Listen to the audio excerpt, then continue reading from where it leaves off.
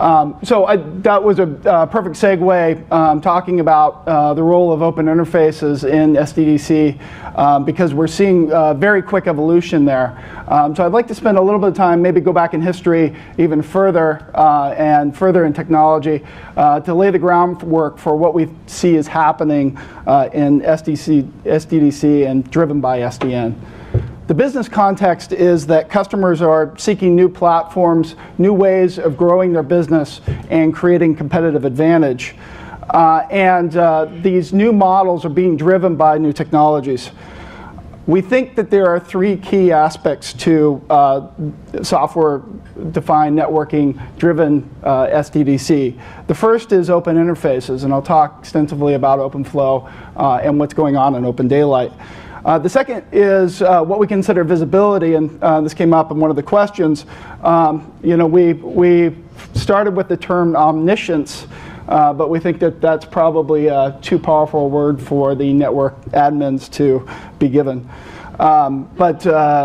That ability to see through the abstraction to understand what's going on is really a critical part of the scalability and reliability model. And then programmability, exposing APIs rather than constituting an end-to-end solution, we think is the right way to go. These networks are being deployed, and we're seeing real business value being driven from them. I'll talk about some of the cases we're seeing. Just a brief history on NEC. We are both a telecom provider and a IT networking company. So we felt the pain of integrating those two systems. And we've actually been on this march since 1977, looking to integrate what the chairman said at the time was IT, communications, and TV. And maybe Tim Cook is announcing that right now in Cupertino. But we'll see if the end product is driving these new opportunities. We're also a leader in innovation and sustainability. So that has brought us to investments in software-defined networking and network functions virtualization, which have driven a lot of the work we're doing today. The business imperatives for SDDC and SDN first are to solve customer challenges in innovative ways. That is to be able to provide infrastructure that allows them to build new ways of doing business. And to have a sustainable competitive advantage. So we think having the right tools to allow customers to implement their own infrastructure in their own way creates sustainable advantage rather than off-the-shelf solutions. We've seen the role of complexity in networks and how it's impacting systems with NASDAQ going down a couple of weeks ago. When they simply said that the infrastructure was too complex and they couldn't understand all the feeds that were going from that infrastructure. We need to have this visibility into these infrastructures so that we can understand which metrics are driving the infrastructure and to have a scalable cost containment model. Instead of a vendor-driven model, move to a model that is industry-driven.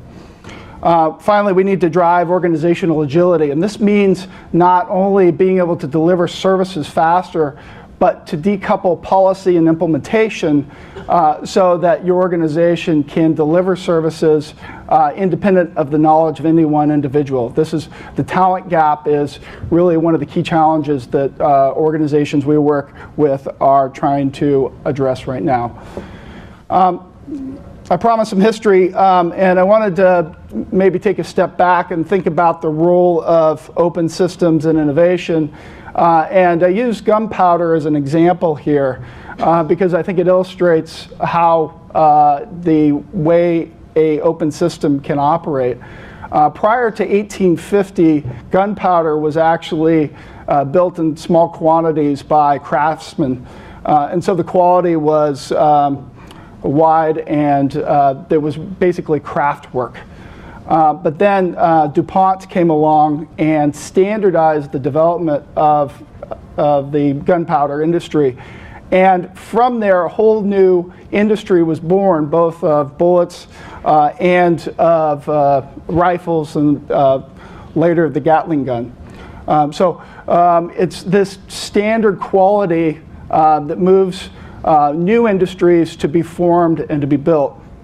We're seeing the same thing going on in the networking industry, where we've gone from a model where it's monolithic and we have a set of vendors providing an end-to-end solution to a new model with very clear, well-defined interfaces that connect the hardware, the control plane, and the application space. And we've seen this evolution from the early days at Stanford, where the development was largely done within labs, and there was a lot of manual efforts involved, to a revolution where Google actually deploys SDN to drive their WAN services. Again, all internally developed, even down to the switch layer. But as the market matured, companies like NTT Communications leverage these capabilities to deliver services using the SDN model.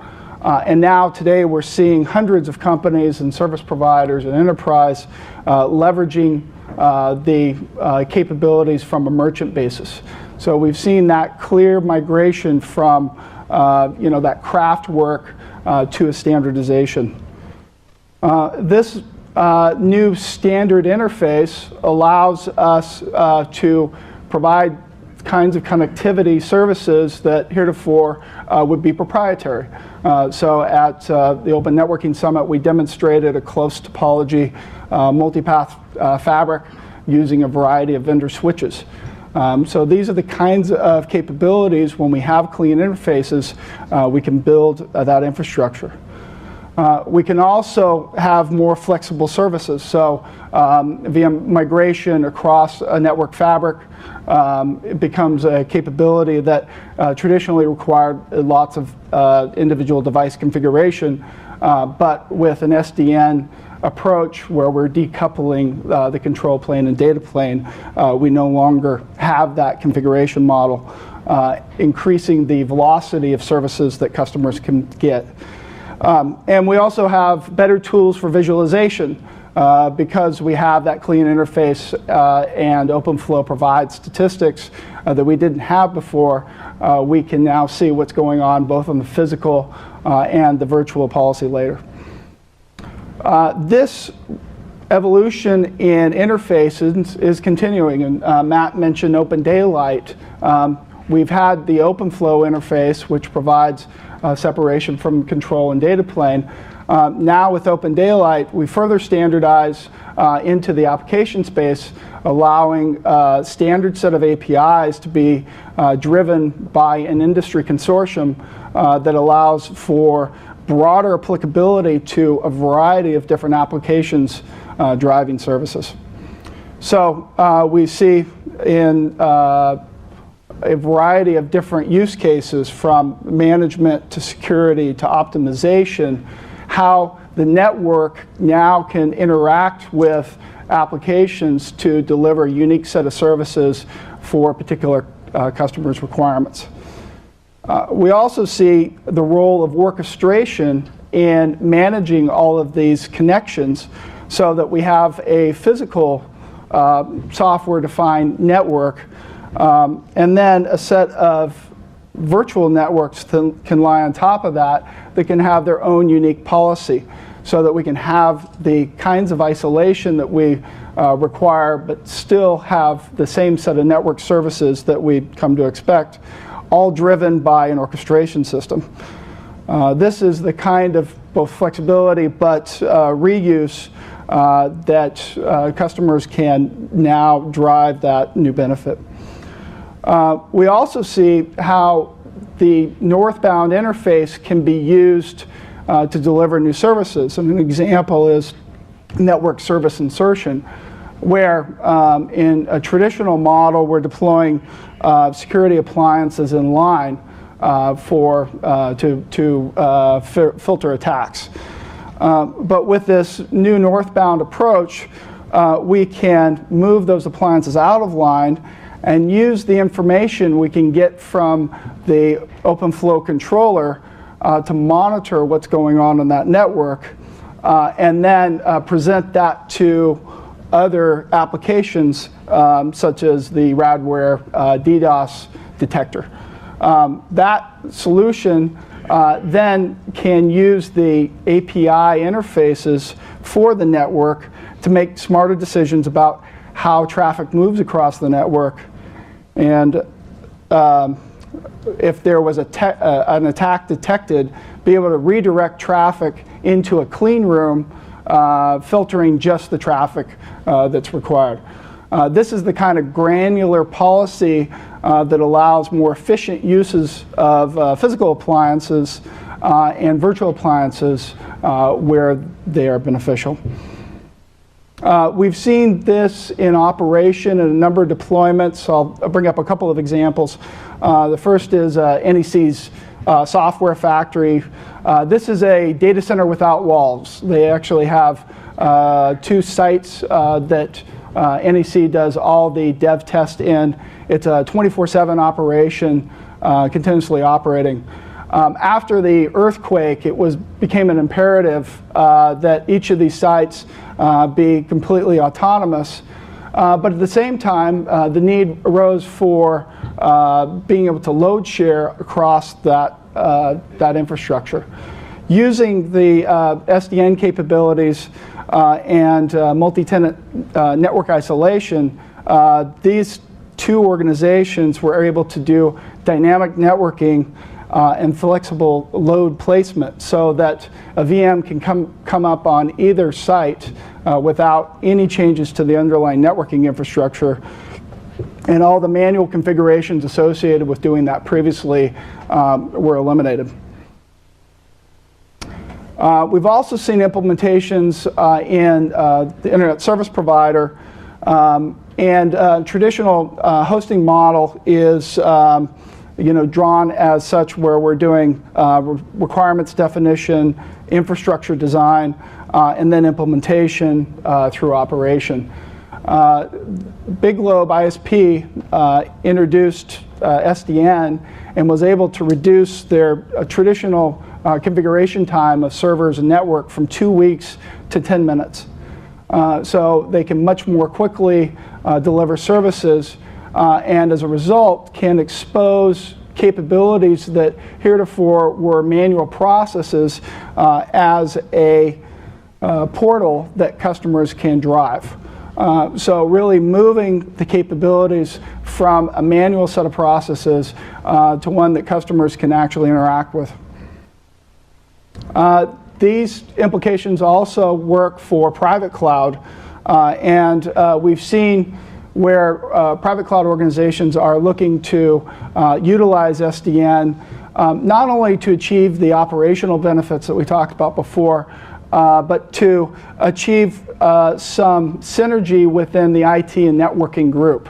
A lot of times organizations have bifurcated IT and networking groups, and by moving to a software-driven model, we move the infrastructure onto the same set of best practices that allow the organization to work more efficiently. This large transport company implemented public cloud, and were able to do so using SDN-based technology.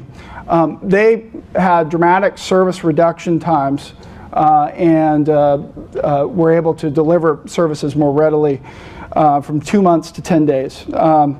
They've eliminated the change management associated with bringing in consultants. No more consultants, sorry Greg. And at the same time improved reliability and availability by eliminating spanning tree and traditional protocols within the data center. The footprint of this infrastructure, both power and space, were also dramatically reduced.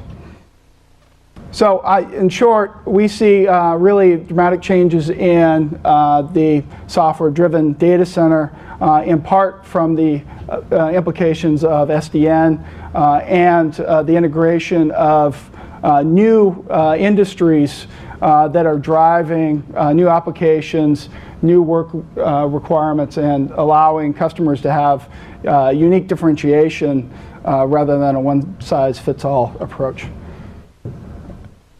That's all I have. Thank you very much.